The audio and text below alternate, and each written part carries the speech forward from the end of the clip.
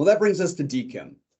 Now, SPF has been there for many, many years. It's been working. A lot of people had them set up. But it wasn't enough because people were finding that they could spoof records. So next was, well, how else can we verify that the message actually is coming from the person who sent it? So they said, well, let's create a method that works like encryption.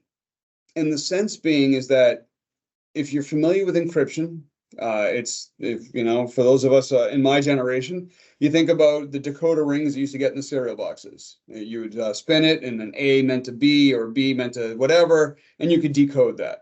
That's how encryption works. In a similar way, cryptography or encryption, it uses what's called signatures. And it basically says that when I send a mail message, I'm going to put my signature, digital signature, on the message.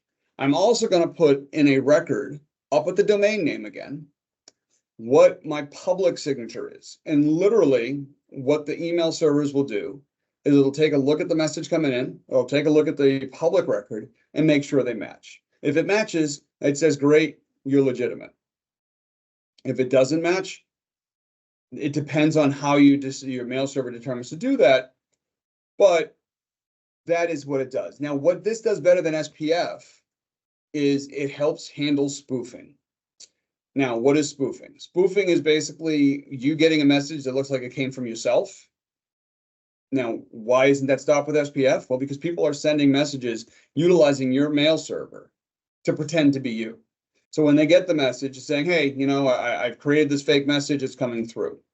With DKIM, you can have it so that it's going to check and say, all right, well, yeah, this looks like it's coming from you. It came from your message, so why wouldn't I deliver it to you? But realizing that your signature on that message is not legitimate. So it cannot get approved and delivered. And so that will help eliminate all of those. Now, with a DKIM signature, again, it's published.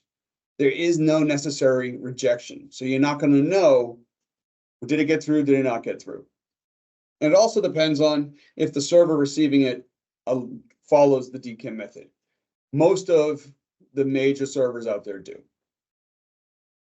So how does that work? Again, you send an email with your private key.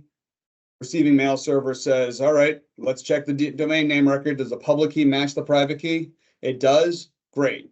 We're going to send it to the inbox. It doesn't. All right, we're going to make a decision, depending on your company and how you set it up, to either mark it as spam, or delete it, or put it in junk mail. It really depends. But in most cases, DKIM does not bounce back.